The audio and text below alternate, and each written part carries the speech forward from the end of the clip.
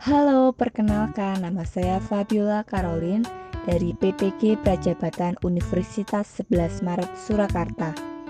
Dalam video pembelajaran ini, saya akan memaparkan mengenai materi ekologi dan keanekaragaman hayati Indonesia. Dalam video pembelajaran ini, kita akan memaparkan 3 submateri. Yang pertama yaitu lingkungan, yang kedua interaksi dalam ekosistem, kemudian yang ketiga yaitu keanekaragaman hayati Indonesia. Yang pertama, kita akan membahas mengenai lingkungan. Apa definisi dari lingkungan? Lingkungan adalah segala sesuatu di luar individu yang merupakan kesatuan yang kompleks sehingga dapat mempengaruhi satu sama lain. Komponen lingkungan ada 2. Yang pertama yaitu komponen biotik, kemudian yang kedua itu ada komponen abiotik. Komponen biotik itu terdiri dari makhluk hidup, contohnya manusia, hewan, dan tumbuhan. Komponen abiotik terdiri atas benda-benda mati seperti air, tanah, udara, dan cahaya. Dalam video pembelajaran ini kita akan mengetahui pengertian dari habitat. Habitat adalah tempat hidup suatu makhluk hidup. Kemudian ada individu. Individu yaitu makhluk hidup tunggal. Kemudian ada populasi. Populasi itu sendiri yaitu sekelompok individu sejenis yang berada bersama dalam suatu habitat dan waktu yang sama. Kemudian ada komunitas. Komunitas adalah semua populasi yang berada bersama dalam tempat dan waktu tertentu. Kemudian ada ekosistem. Ekosistem merupakan hubungan timbal balik antara komunitas makhluk hidup dengan lingkungannya. Kemudian ada biosfer. Biosfer merupakan kumpulan ekosistem di dunia. Oke, selanjutnya kita akan masuk ke submateri yang kedua, yaitu interaksi dalam ekosistem. Contoh interaksi ada 4, yaitu ada rantai makanan, jaring-jaring makanan, piramida makanan, dan simbiosis. Pengertian dari rantai makanan. Rantai makanan adalah peristiwa makan dan dimakan antara makhluk hidup dengan urutan tertentu. Dalam rantai makanan ada makhluk hidup yang berperan sebagai konsumen dan produsen. Oke, kita masuk ke contoh dari rantai makanan di sawah. Yang pertama yaitu padi. Padi itu berperan sebagai konsumen dimakan oleh tikus. Tikus di sini berperan sebagai konsumen tingkat 1. Kemudian tikus ini dimakan oleh ular. Ular itu berperan sebagai konsumen tingkat 2. Kemudian di sini ular itu dimakan oleh elang. Elang berperan sebagai konsumen tingkat 3. Kemudian yang terakhir itu ada pengurai atau sebagai dekomposer. Oke, selanjutnya kita akan mempelajari mengenai jaring-jaring makanan.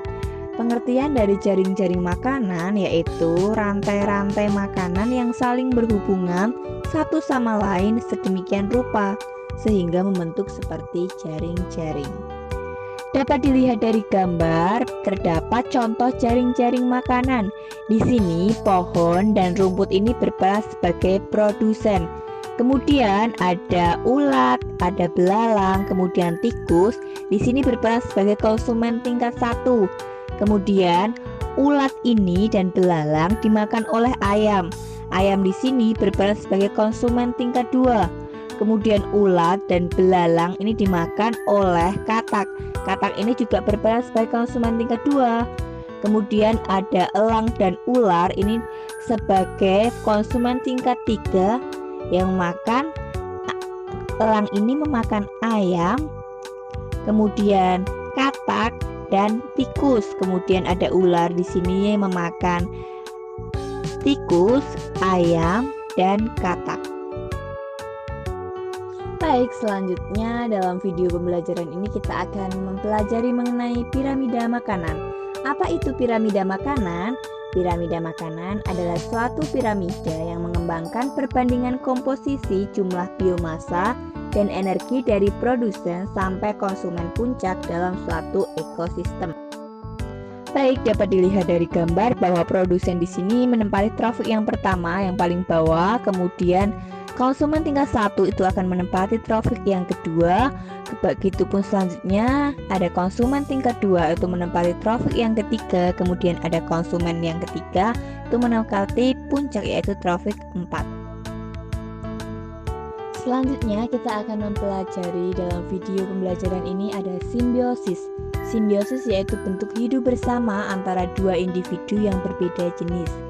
Simbiosis ada simbiosis mutualisme, komensalisme, dan parasitisme yang akan kita pelajari satu persatu. Yang pertama ada simbiosis mutualisme. Simbiosis mutualisme yaitu terjadi hubungan dua makhluk hidup yang saling menguntungkan. Misalnya dapat dilihat pada gambar tersebut ada kupu-kupu dan bunga. Yang kedua ada simbiosis komensalisme. Simbiosis komensalisme yaitu hubungan dua makhluk hidup yang satu mendapat untung tetapi yang lainnya tidak dirugikan. Contohnya yaitu pohon anggrek dan inangnya. Oke, yang ketiga ada simbiosis parasitisme.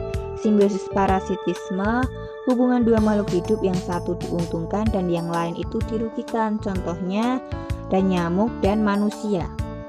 Baik, kita akan masuk ke submateri yang ketiga yaitu keanekaragaman hayati. Persebaran flora dan fauna di Indonesia dibagi menjadi dua garis yaitu garis Wallace yaitu membagi persebaran fauna di Indonesia menjadi dua wilayah yaitu fauna wilayah barat atau orientalis dan fauna wilayah timur atau australis. Yang kedua ada garis Weber yaitu membagi persebaran fauna di Indonesia menjadi tiga wilayah yaitu fauna wilayah barat, peralihan, dan timur. Kemudian selanjutnya ada pembagian wilayah flora dan fauna di Indonesia. Ada flora di bagian barat itu contohnya ada damar, mahoni. Kemudian ada flora peralihan itu ada anggrek, cengkeh, pala, dan cendana. Kemudian ada flora di bagian timur Australia itu ada sagu. Kemudian untuk faunanya, fauna bagian barat itu ada badak bercula 1, gajah, rusa. Kemudian ada fauna peralihan itu ada komodo.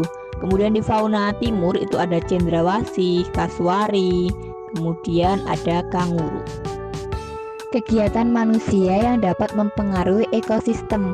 Yang pertama ada pertanian dan produksi pangan, kerusakan habitat, dan polusi.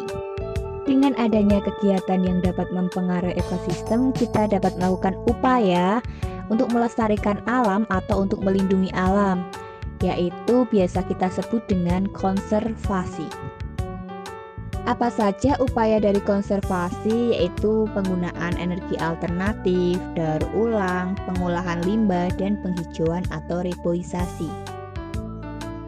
Oke, dalam video yang terakhir ini kita akan mempelajari mengenai metode dari konservasi. Metode konservasi itu dibagi menjadi dua, ada in situ dan ex situ. Apa sih in situ itu? In situ yaitu upaya pelestarian dilakukan di habitat asli spesies. Contohnya ada Taman Nasional, Suaka Marga Satwa, dan Cagar Biosfer. Kemudian ada ex situ. Ex situ adalah upaya pelestarian dilakukan di luar habitat aslinya. Contohnya ada kebun binatang, akuarium, dan kebun raya. Sekian video pembelajaran kali ini. Terima kasih, sampai jumpa.